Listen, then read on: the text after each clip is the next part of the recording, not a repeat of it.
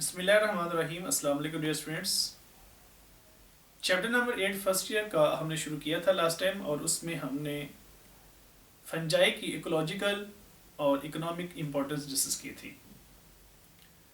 हमने ये डिस्कस किया था कि फंजाई इकोनॉमिकली किस तरह से हमारे लिए मुफीद है। हमने डिस्कस किया कि फंजाई को हम एज आ फूड इस्तेमाल कर सकते हैं, और इसका फूड इंडस्ट्री में भी बहुत ज़्यादा रोल है।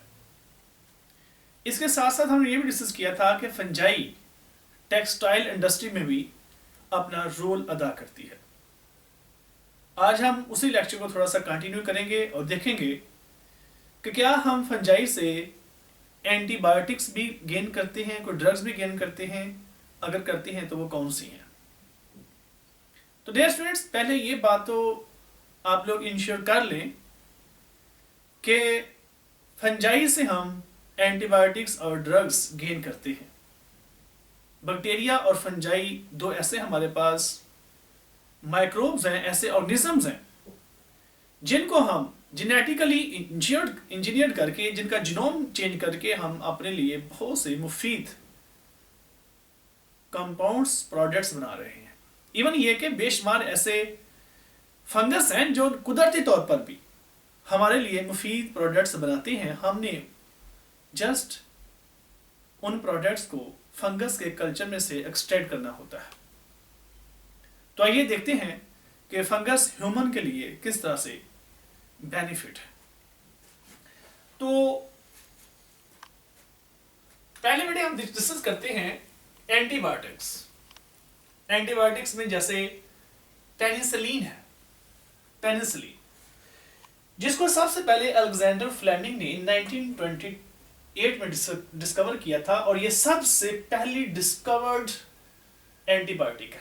आपको ये क्वेश्चन भी पूछा जा सकता है कि फर्स्ट डिस्कवर्ड एंटीबायोटिक इज, तो आप कहेंगे पेनिसिलिन।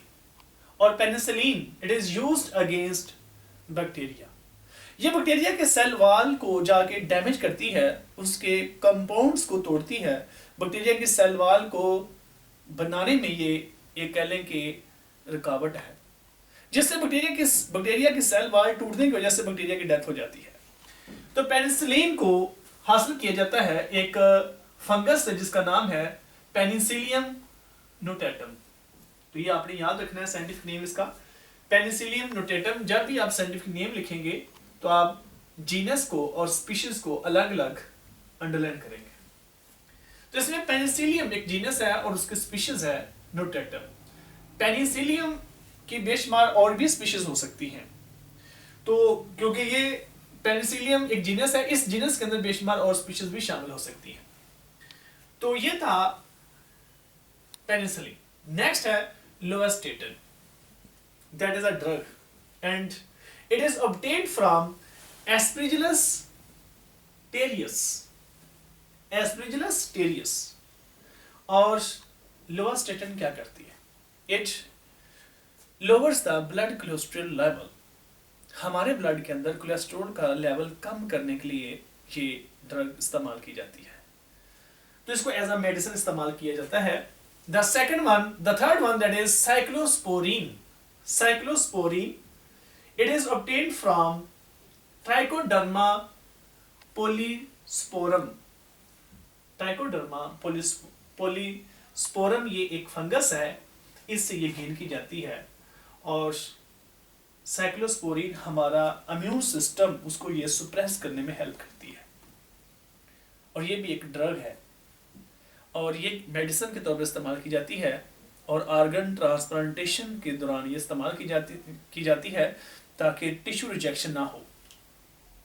याद रखिए स्टूडेंट्स, हमारी बॉडी में जब कोई ऑर्गन ट्रांसप्लांट किया जाता है तो हमारे जो टी लिम्फोसाइट्स होते हैं वो टिश्यू को रिजेक्ट करते हैं, टिश्यू को या ऑर्गन को रिजेक्ट करने में हेल्प करते हैं। तो जब ये साइक्लोस्पोरिन बॉडी में ली जाती है, बॉडी में इंजेक्ट की जाती है, तो ये हमारा इम्यून सिस्टम इनके टी सेल्स को इनएक्टिवेट करती है, जिसकी वजह से हम ऑर्गन को ट्रांसप्लांट कर सकते हैं। The next one that is ergotine. Ergotine it is obtained from a fungus that is known as claviceps purpurea या परप्यूराई। ये एक फंगस है जिससे हम एर्गोटीन हासिल करते हैं, और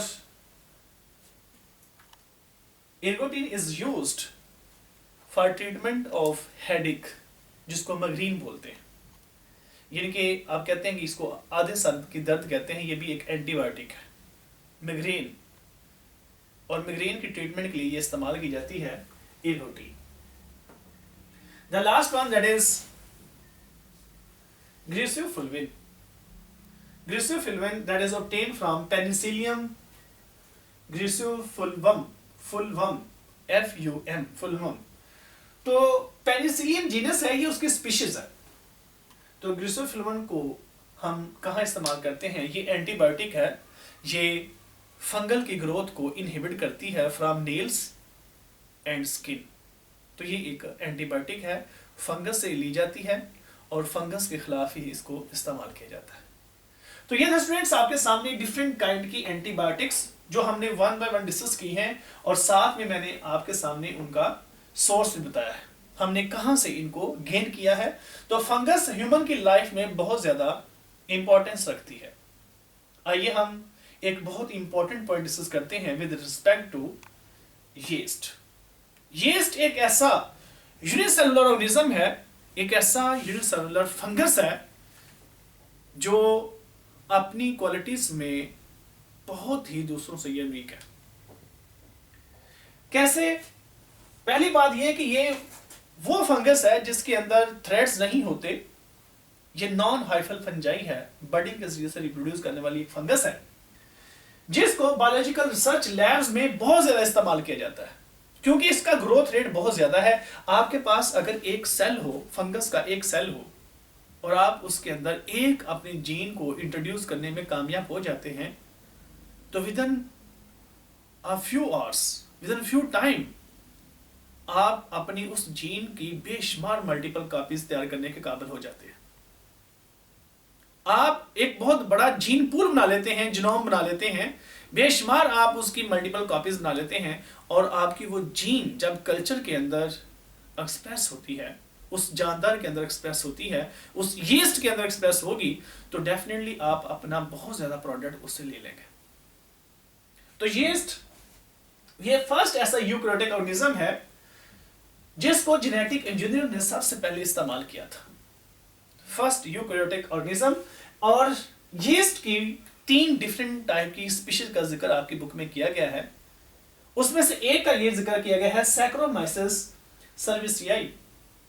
सैक्रोमाइसिस, ये सैक्रोमाइसिस, सैक्रो का वर्ड निकला है सैक्रोन से, जिसका मतलब है शुगर, और ये शुगर के ऊपर अटैक करती है, कार्बोहाइड्रेट्स के ऊपर अटैक करती है। माइसिस इस वजह से कहते हैं क्योंकि ये फंगस है। Study of fungi is called mycology. Saccharomyces ये एक जीनस है और इसकी ये स्पीशीज है सर्विसियाई। ये ऐसी यीस्ट है जो फर्मेंटेशन में अपना बहुत अच्छा रोल प्ले करती है, अल्कोहल प्रोड्यूस करने में हेल्प करती है, कार्बन डाइऑक्साइड प्रोड्यूस करती है, और ये बेकरी में इस्तेमाल की जाती है, ब्रेवरी इंडस्ट्री में इस्तेमाल की जाती है। और इसका सबसे पहले आर्टिफिशियल क्रोमोसोम तैयार किया गया था इन 1983, और यही वो जानदार है जिसका सबसे पहले जीनोमिक सीक्वेंस पेश किया गया, जीनोमिक सीक्वेंस स्टडी कर लिया गया इन 1986। ये जैसा जानदार है जिसका सबसे पहले साइंटिस्ट क्रोमोसोम का सीक्वेंस स्टडी करने में कामयाब हुए थे। इसके जितने भी क्रोमोसोम्स हैं, इसके तमाम क्रोमोसोम को स्टडी कर लिया गया, जीनोम उसका मुकम्मल तौर पर स्टडी कर लिया गया था कि इसके अंदर कौन कौन से न्यूक्लियोटाइड्स हैं, उनका सीक्वेंस कैसा है। इसके बाद और भी स्टडी होती रही और ह्यूमन का जीनोम प्रोजेक्ट भी पेश किया गया 1999 में, और ह्यूमन का मुकम्मल जीनोम प्रोजेक्ट पेश किया गया इन 2001। तो स्टूडेंट्स, बेशुमार हार्मोन्स भी यीस्ट से लिए जा रहे हैं, जैसे इंडोल एसिटिक एसिड है, फंगस के कल्चर से जिब्रेलिन हार्मोन लिए जा रहे हैं, साइटोकाइनिन हार्मोन प्रोड्यूस किए जा रहे हैं। एक पिंक ब्रेड मोल्ड फंगस है जिसका नाम है Neurospora, and it is also used for genetic research. Second में आप लोग पढ़ेंगे कि म्यूटेशन के जरिए से न्यूरोस्पोरा के ऊपर बहुत ज़्यादा रिसर्च हुई है, जिससे ये पता चला कि म्यूटेशन होती है और वो नेक्स्ट जनरेशन में भी ट्रांसमिट होती है। तो जीन का कॉन्सेप्ट यहाँ से मिला ये आप लोग सेकेंड ईयर के अंदर ये टॉपिक पढ़ेंगे, what is the application of Neurospora. तो ये थे स्टूडेंट्स आज का लेक्चर, जिसमें हमने ओवरऑल यीस्ट की एप्लीकेशन के बारे में डिस्कस किया है। हमने ये डिस्कस किया है कि फंजाई के फंगस कल्चर से हम कौन कौन सी एंटीबायोटिक्स और ड्रग्स हासिल कर सकते हैं। यीस्ट की और भी एप्लीकेशन है, लेकिन वो हम डिस्कस करेंगे कि वो किस तरह से हमारी बॉडी में या हमारी नॉन लिविंग थिंग्स को किस तरह से स्पॉइल करती है।